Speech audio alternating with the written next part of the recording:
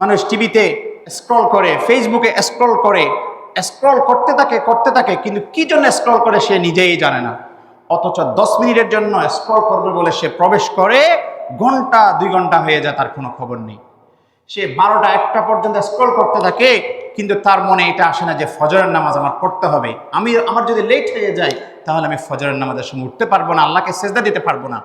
আর আমরা এটা করার পরও নিজেদেরকে ইমানদার দাবি করি। এটা আমাদের ইমানের দন্যতা, ইমানের দুর্বলতা। 2 নম্বর, ওয়াল্লাযীনা হুম আনিল লাগওয়ি মুরিদুন। 2 নম্বর হচ্ছে তারা অপ্রয়োজনীয় কথাবার্তা বলা থেকে নিজেকে বিরত রাখে। একজন প্রকৃত ইমানদার কখনো অযথা অনর্থক সময় নষ্ট করে না, কারণ তার ইমান তাকে সেটা সাপোর্ট দেয় না, সেটা বলে না। তার ইমান তাকে বলে প্রতিটি সময়, প্রতিটি মুহূর্ত সফল কাজে ব্যয় করতে হবে। হয়তো আল্লাহর তাসবিতে, না হয় দুনিয়ার যে কোনো সফল বিষয়ে তার থেকে সময় কাটাইতে হবে। যেমন আমরা এই যে রোডে ঘাটে দোকানে বসে আড্ডা দিই, চা খাই, অনেকগুলো সময় নষ্ট করি। একজন মুমিন এরকম সময় নষ্ট করতে পারে না। মুমিনের সময় অনেক মূল্যবান। বিদায় হজ্জের ভাষণে রাসূলুল্লাহ সাল্লাল্লাহু আলাইহি ওয়াসাল্লাম এই কথার উপর বেশি গুরুত্ব দিয়েছেন যে তোমরা অনর্থক কাজকর্ম থেকে নিজেকে বিরত রাখবে। তাহলে সত্যিকার মুমিন, সফল মুমিনের অন্যতম একটি আলামত হচ্ছে সে নিজের সময়কে অনর্থক ব্যয় করবে না।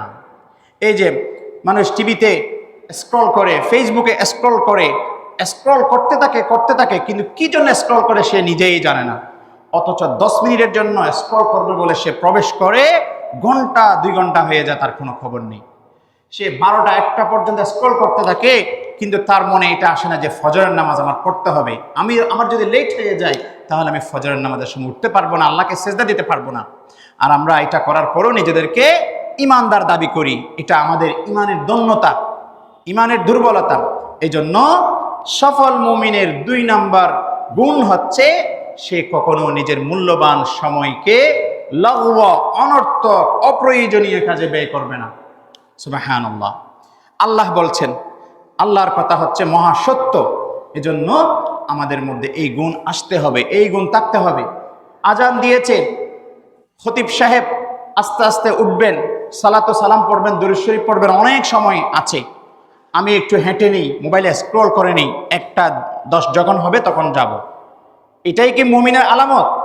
এটা কখনো মুমিনের আলামত হতে পারে না। আল্লাহ বলছেন যে যখন জুমার আজান হবে তখন তুমি দুনিয়াবি সকল অ্যাক্টিভিটিস অফ করে আল্লাহর সামনে তুমি নত হওয়ার জন্য রেডি হও। সব বেচা কিনা বন্ধ, দুনিয়ার কাজকর্ম বন্ধ। কিন্তু সে আল্লাহর কথা শুনে না, আবার নিজেকে মুসলিম ইমানদার হিসেবে দাবি করে, আবার পরকালে জান্নাত পাওয়ারও আশা করে। এটা আমাদের জন্য ব্যর্থতা। এজন্য একজন ইমানদার কখনো নিজের সময়কে অপ্রয়োজনীয় কাজে ব্যয় করবে না।